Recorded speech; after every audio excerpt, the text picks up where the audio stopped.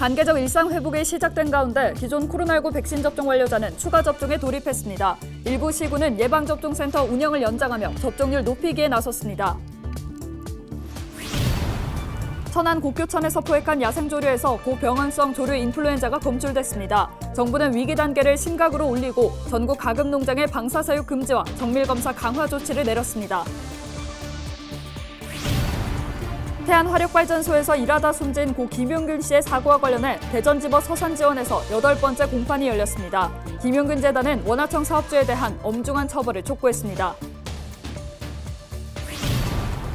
충남 수소에너지 국제포럼이 열렸습니다. 포럼에 참석한 국내외 전문가들은 수소의 중요성을 강조하며 충남도의 수소경제 정책에 주목했습니다.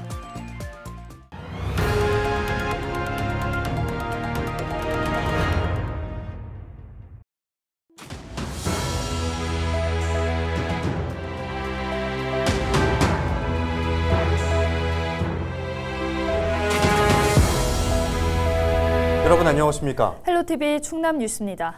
일상 회복으로 가는 가장 빠르고 안전한 길은 코로나19 백신 접종이라고 방역당국이 강조하고 있는데요. 일상 회복과 함께 기존 백신 접종 완료자를 대상으로 한 추가 접종도 본격적으로 시작됐습니다. 충남 시군들은 주민들의 편의를 위해 예방접종센터의 운영을 연장하는 등 접종률 높이기에 나섰는데요. 자세한 내용 한보무 기자가 전해드립니다. 서산 지역 코로나19 백신 추가 접종 첫날 75세 이상 어르신 수백 명이 예방접종센터에 모였습니다. 2차 백신을 맞은 지 6개월 만입니다.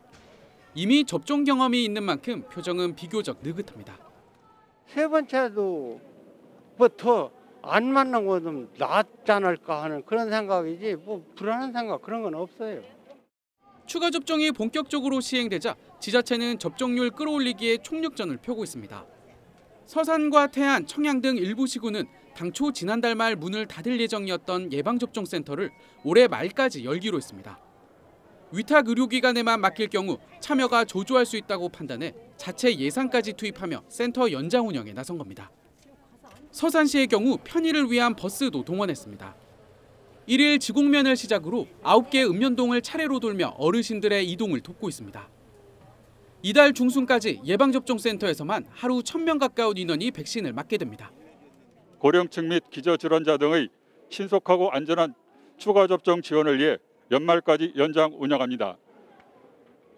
특히 거동이 불편하고 집단 감염에 취약한 75세 이상 어르신들 12,500여 명에게 이동 등을 지원하여 접종 기회를 제공하고자 합니다.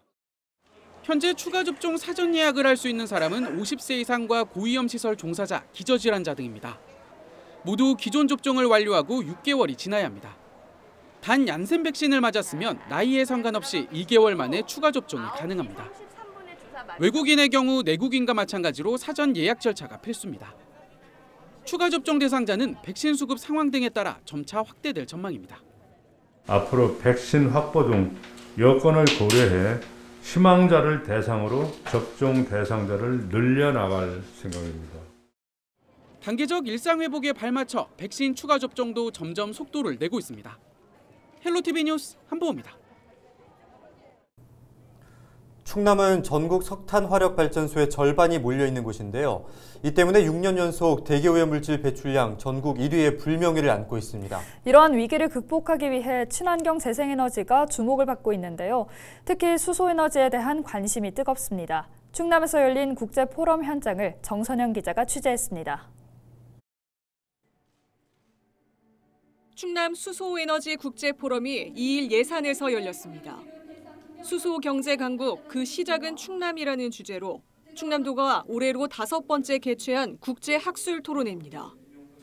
국내외 수소 연구기관과 기업 등이 참여한 가운데 충남도는 기후 위기에 대비해 화석 연료를 대체할 친환경 미래 에너지로 수소의 중요성을 강조했습니다. 양승조 지사는 수소에너지 전환 규제 자유특구 지정과 서산 부생수소 연료전지 발전소 건립, 당진 현대제철 수소 출하센터 구축 등 충남의 대표적인 수소 경제 정책을 소개했습니다. 충남은 세계 각국과 함께 나눈 포럼의 성과를 도정에 하나하나 접목해 왔습니다. 수소경제 탄소 중립을 선도하는 충청남도라는 비전 아래 산업 육성, 미래 성장, 지역 특화, 거버넌스 구축 등 4가지 전략 목표를 토대로 12개 전략 과제 24개 중점 사업을 추진하고 있습니다.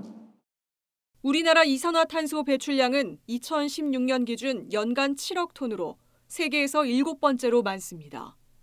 정부가 2030년까지 이산화탄소 291만 톤을 줄이고 2050년에는 탄소 중립을 실현하겠다고 선언한 이유입니다.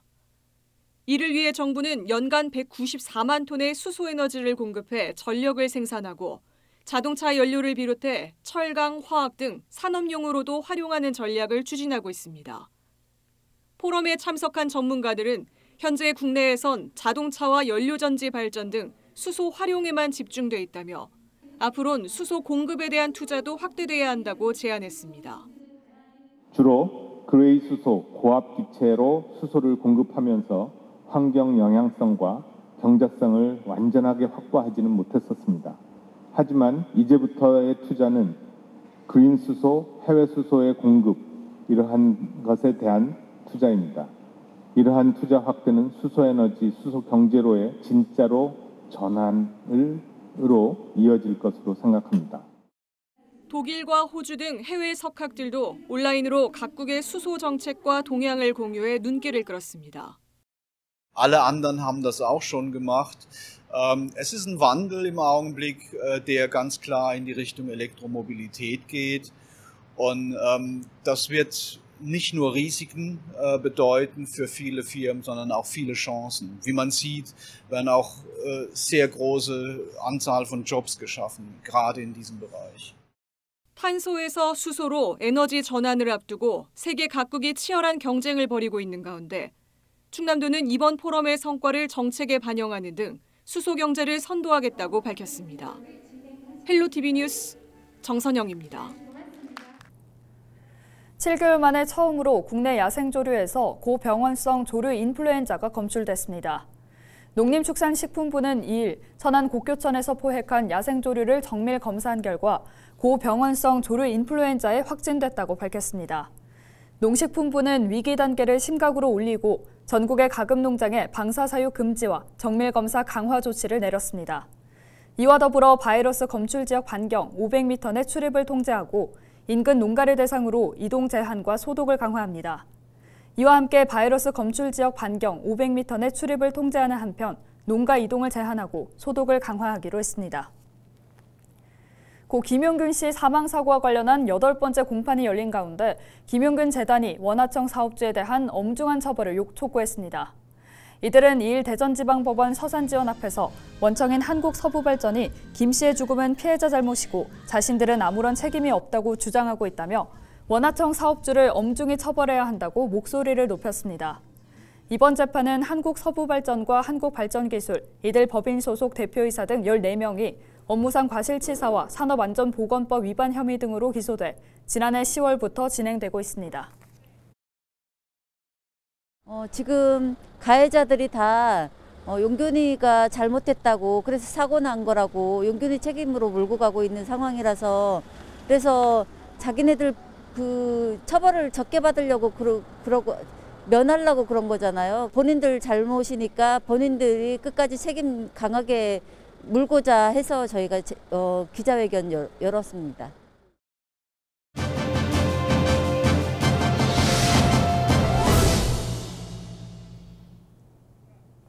진로를 설계하고 대학 입시를 준비할 때 나에게 맞는 정확한 정보를 얻는 게 중요한데요. 서산시와 충남교육청이 서산진로진학상담센터를 운영하고 있습니다. 입시를 앞둔 학생들과 학부모들의 만족도가 높다고 하는데요. 충남교육청 연구정보원 권종진 교육연구사 전화 연결해서 자세한 내용 들어보겠습니다. 안녕하십니까? 안녕하세요. 충남교육청 연구정보원 진로진학부에서 근무하는 교육연구사 권종진입니다. 네, 먼저 서산진로진학상담센터가 어떤 곳인지 직접 소개해 주시겠어요? 네.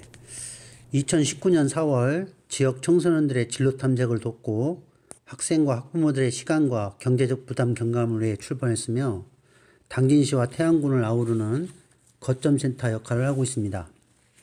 2019년 개소 이래 매년 1000여 건 이상의 상담으로 지역 주민들의 입시 길잡이 역할을 하고 있습니다.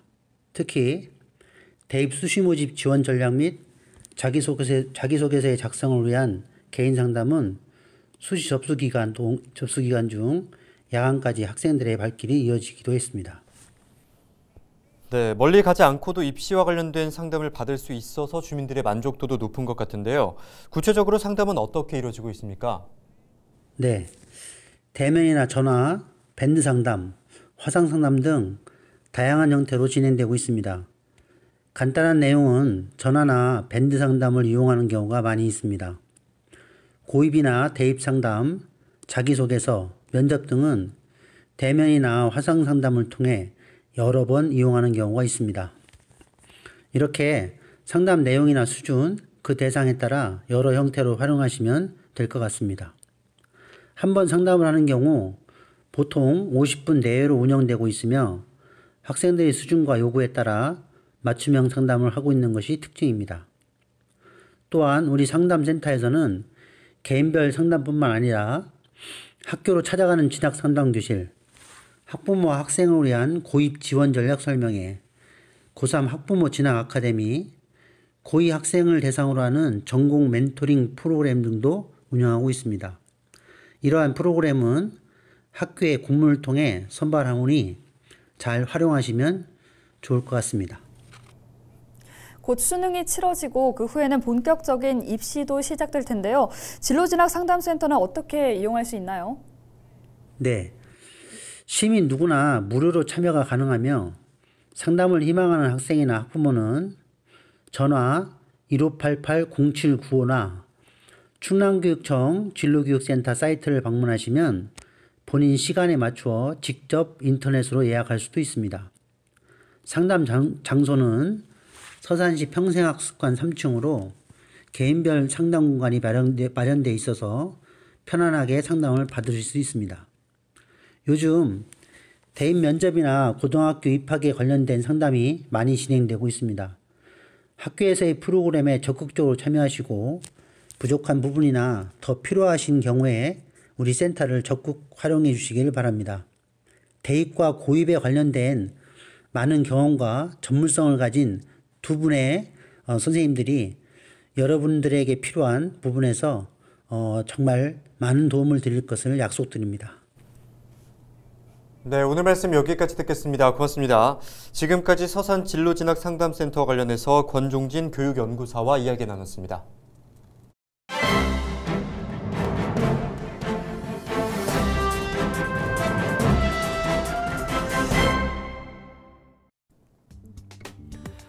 소들섬 보호를 위해 야생생물 보호구역 지정을 추진하는 당진시가 한쪽에서는 한국전력의 송전탑 건설을 위한 개발행위 허가를 내 이중행정 논란이 제기됐습니다.